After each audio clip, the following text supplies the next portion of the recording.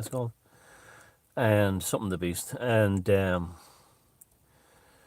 she's she's down with all us regarding the scamdemic and the lockdowns and all that stuff in the Rona, and she's extremely angry about it in the same way, in a very healthy way that we are. And she's an important voice, but as she's basically the book. What brought me to this book was that it was basically publicized as a spiritual insight into this scamdemic, which is what my own Ironicals are about. So, sure enough, it was very similar to what the kind of things I was talking about during those years as well. That this was a spiritual battle, and it absolutely is. But there's a section she comes into. Basically, she's a Messianic Jew in the sort of Orthodox Jewish sense, that even though she's from a reformist synagogue culture, she's from that Messianic Jewish culture that there's the Messiah is still to come, and so she follows the work of these Messianic Jews, and that got me reading up on other stuff. I wrote an article about it on my Substack this week, and it got me interested in Messianic Jews. I didn't know a lot about Messianic Judaism. I knew about certain sects like Leviovich and stuff like that in Brooklyn, and I knew about Jews for Jesus, which were a kind of a weird hippie sect that were big in New York when I was living there. But basically, as it stands, what these people believe is that since 1947 and the establishment of the State of Israel, a covenant with God has been broken, and as a result, God has abandoned their God, Yahweh, Tetragrammaton, has abandoned them, and this is why we have the return. This is what she's theorizing. We have the return of the old pagan gods. Now, because she's coming from this sort of neo-Orthodox Jewish aspect towards it, she sees them as very negative things, and they're all Semitic gods: Baal, Molech, Mithra, and there's no talk of the Nordic gods or the Slavic gods or the Celtic gods or the Native American gods, African gods, or whatever, Hinduism. So there's none of that. But it's she's not overly anti-pagan, but it's more like a case of like, what an awful shame. So we're on our own now, which is a good thing, and we have to kind of look after ourselves, which is a good thing. And she kept using the term tribe, which I found very my tribe, our tribe, who saw through the scamdemic. I thought it was quite remarkable reading that. I don't think she's ever. I don't. She doesn't. Obviously, she doesn't know I exist, but I just found that it was very refreshing to read that kind of language. Now, so I was continuing on from that Putin thing. I think what would have shocked people the most, this reductionist sort of like infantile 12-year-old, I don't believe in God culture that we live in, tech world we live in, that drives the likes of the WEF, is that Putin spoke in very spiritual terms. I think this is one of the most, this is that they can't grasp that you could be a leader of a superpower, be involved in wars and still be spiritual.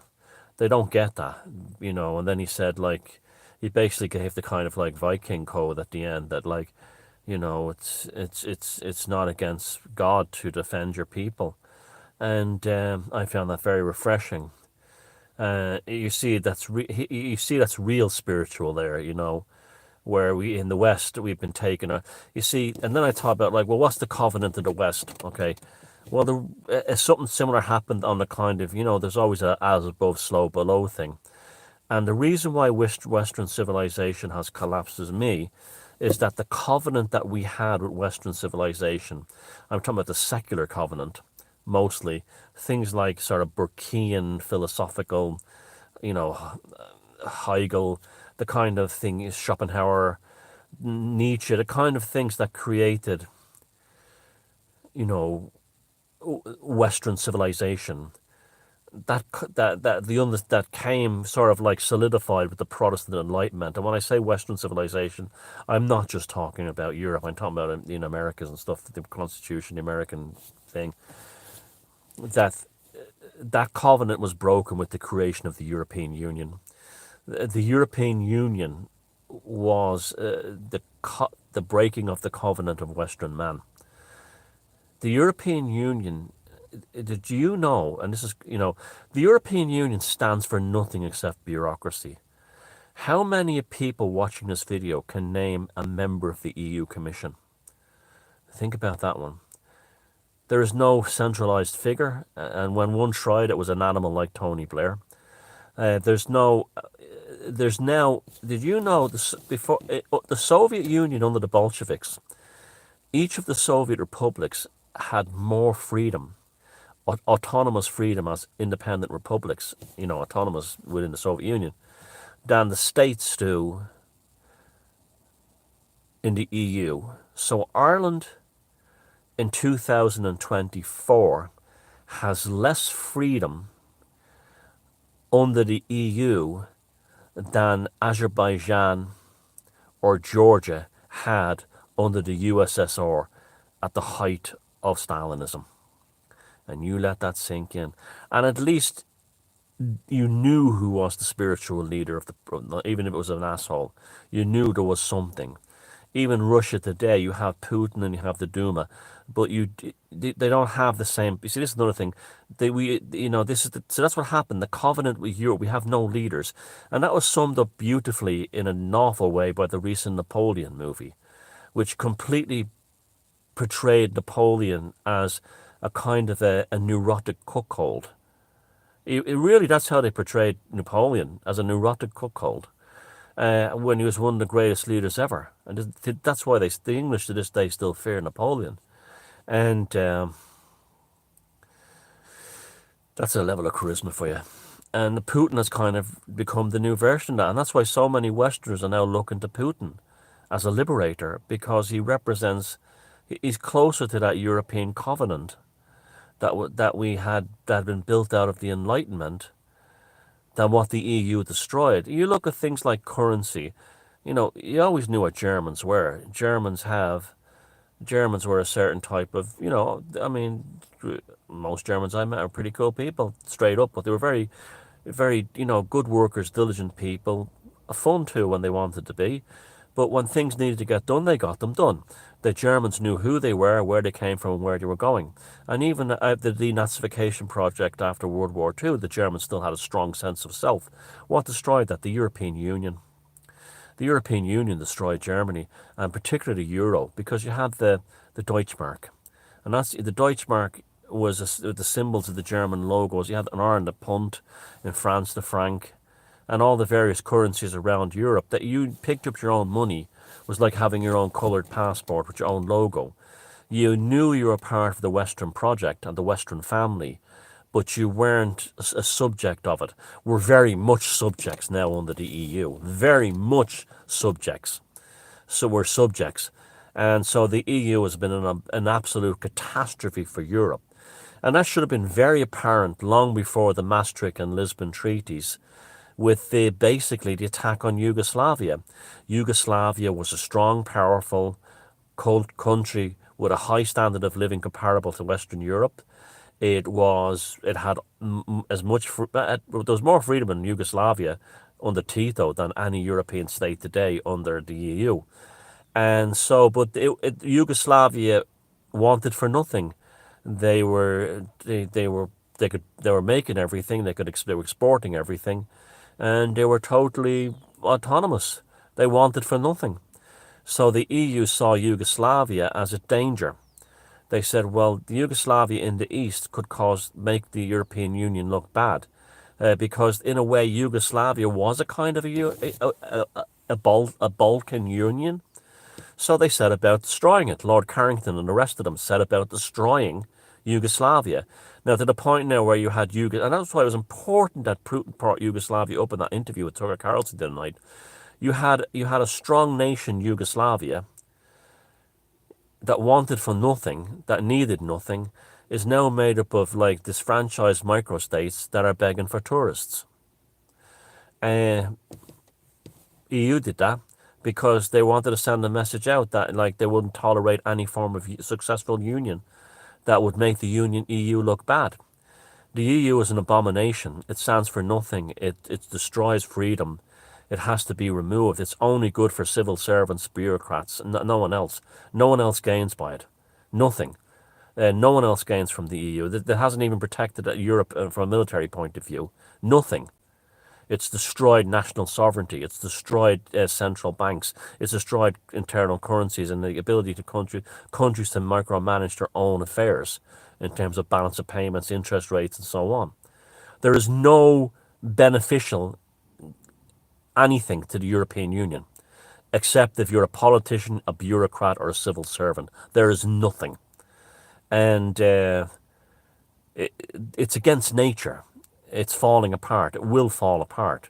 It wasn't envisioned as anything other than a bureaucracy. It wasn't like the United States where it was envisioned as a kind of a restoration of the classical world in North America. That's why they built all this neoclassical architecture. It wasn't envisioned like that. It wasn't envisioned as a state that stood for something. You know, you can laugh all you want with the Russians, but in terms of like engineering and space exploration, they're still ahead of a lot of nations. And yet, what we were told about Russia in the West, that they were all like peasants who were alcoholics on vodka, and there was nothing else. Well, they existed too, but there was also hillbillies who were, on meth in America, while America was doing great things around the world. So what? The societies are made up of multifacets and multi-layers. So that's what's wrong with Europe. The covenant, the Western, that's what's wrong with the West. That's why the West died. The covenant, the secular covenant with Western civilization, that being what we began with, like in the symposiums and forums of ancient pagan Greece, and then reimagined itself later on with the Renaissance, and then kind of solidified itself into the whole with the Enlightenment, has served the states, the nations and the peoples of Europe and the West very, very well. And that covenant was broken. Not even with the EEC, but particularly the Maastricht and the Lisbon treaties in the 1990s and the early 2000s. That's why when the Irish voted against both, they were told to go back and vote again. The Nice Treaty as well. And the EU has to be destroyed. It has to be demolished. It's the only. There's no choice, and it's the cause of all the problems in Ireland, all the open borders problems, all directly come from Europe. There's again, if you can post one thing, and don't talk to me about stability in Europe since World War II. There hasn't been no stability in all during most of the EU's history that we've been dealing with this Cold War. It didn't help Yugoslavia. It demolished it. And where was the EU when Ireland was at war? It ignored it. Completely ignored it. So don't give me this guff that the EU has kept. If someone in the comments can post something positive that the people of Europe have gained from the EU, if you're not a civil servant, a bureaucrat, or a politician, please enlighten me, because I'd like to know. And so that's what I was thinking. There are religious covenants and there are secular covenants. And the secular covenant with the Western man was broken. We were betrayed by the politician, the civil servant, and the bureaucrat. So that's just a quick amendment here.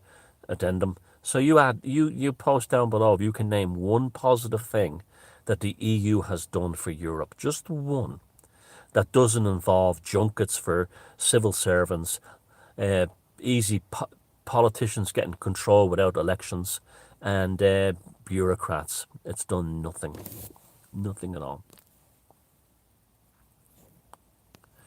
And remember, look what they did to Yugoslavia. That's what they'll do to you next.